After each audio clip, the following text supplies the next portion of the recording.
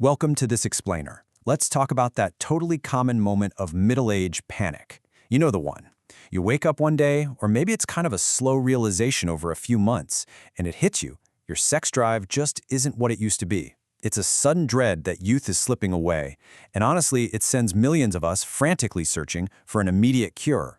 But what if the cure we're all chasing is based on a complete misunderstanding of the actual problem? Let's get into it.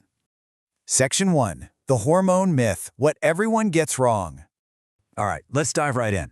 If you spend any time browsing the internet, especially on men's health or hormone replacement forums, you are going to see an absolute obsession with chasing high testosterone levels. There's this pervasive, almost religious belief out there that if you just inject enough hormones, you're going to magically restore the libido of an 18-year-old. It's pitched as the ultimate magic bullet for aging. So I want to ask you directly, is your libido dropping? And when you feel that dip, what's your very first instinct? Do you automatically blame your hormones? Do you think, my testosterone must be crashing, or my estrogen is gone? That's the go-to instinct for almost everyone. But as we're going to see from the clinical data today, that instinct is probably leading you down the completely wrong path. So here is the massive myth we are busting today. The expectation is that low hormones are the sole cause of a low libido. But the reality, the underlying causes are incredibly complex and multifactorial. Now, yes, hormones do naturally decline with age. That's just a biological fact. We can't avoid it. However, the idea that they are the sole reason or even the primary reason for your sexual decline, it's simply not supported by the top experts in urology and endocrinology. Section 2. Vascular Health and ED, the real machinery. Let's talk male physiology for a second, specifically the physical mechanics required for sex. Roughly a quarter of men aged 45 to 54 experience erectile dysfunction, or ED. And you know, that percentage only goes up as we age. When the physical machinery isn't working, it's a massive hit to your self-confidence, which completely kills your eagerness to even try. But check out this shockingly small statistic. 5%. Literally only 5%, or sometimes even less, of erectile dysfunction is actually caused by a hormone imbalance like low testosterone. It's an incredibly tiny slice of the pie. So if hormones only account for 5% of the problem, we really have to ask, what in the world is causing the rest of it? Well, here is the massive contrast, 70%.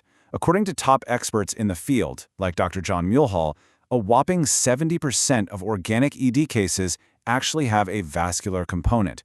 That means inflow or outflow problems with your blood vessels.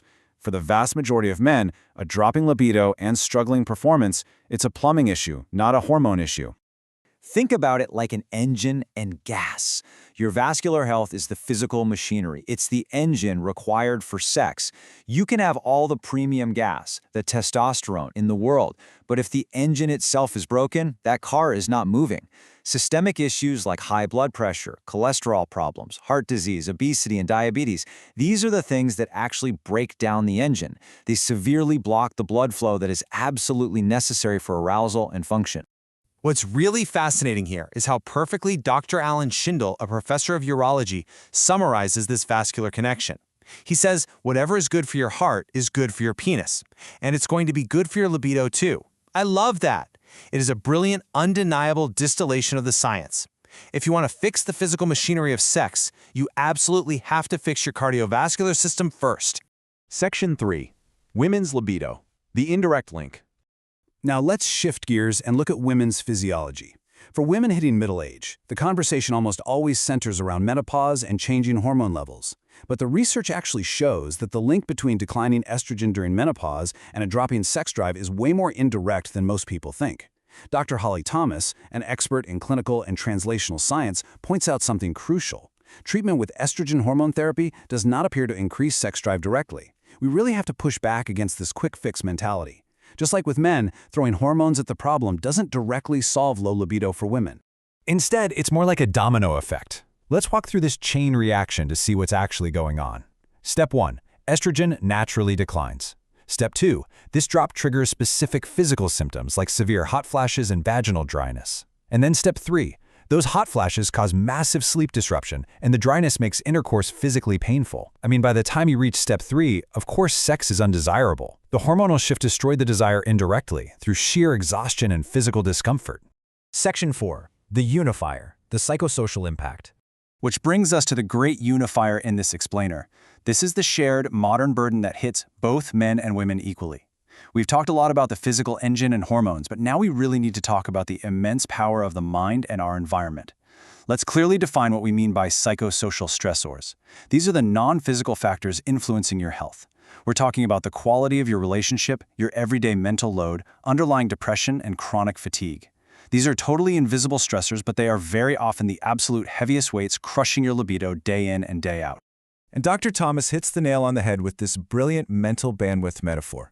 She says, when you have mental bandwidth that's being taken up by stressors, it makes sense that you may not have as much mental bandwidth to think about intimacy. It's just basic math, right? If your brain is maxed out just surviving the stress of the day, desire simply does not have the space to exist. But get this, there's a fascinating, distinct gender divide in how we handle this truth. Women generally readily accept psychosocial causes for decreased libido. Men, on the other hand, they often have a lot of trouble accepting that there are any psychosocial aspects to their sexual concerns. Dr. Schindel observed that men really resist this idea, preferring to blame a physical, measurable metric like testosterone. We absolutely need to normalize discussions about mental load and stress for everyone, regardless of gender. Section 5. A holistic approach, beyond the syringe. So how do we actually fix the whole shebang? Well, it requires a holistic approach, taking us way beyond the syringe. Good sex and a healthy libido in middle age are not found in a quick hormonal fix. They're found in a comprehensive lifestyle shift that addresses both that physical engine and the mental bandwidth we just talked about. Let's quickly run through these highly actionable lifestyle changes. Get quality sleep, minimize your physical and mental stress, follow a healthy diet, exercise and stay active, and lastly, really work to improve your vascular health. Remember, testosterone has a plateau effect. More is not always better.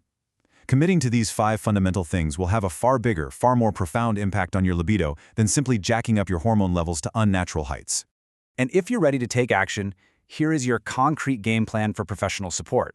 Step 1. Open an honest dialogue with your partner. Communication is literally the foundation. Step 2. Consult a specialist, like a urologist or a gynecologist, to check your vascular health and treat any underlying physical symptoms. And Step 3. Seek guidance from a qualified sex therapist to actively address those relationship dynamics and that all-important mental load. To wrap up this explainer, I want to leave you with one final, provocative thought. Are you prioritizing your heart and mind before your hormones? Because the truly encouraging truth from all these experts is that your libido never really goes away. You are never too old for sex, provided you actually care for your whole self, your cardiovascular system, your mental health, and your relationship. Thanks so much for joining me for this explainer. I hope it gave you a completely new perspective on your health. Keep learning, and I'll catch you next time.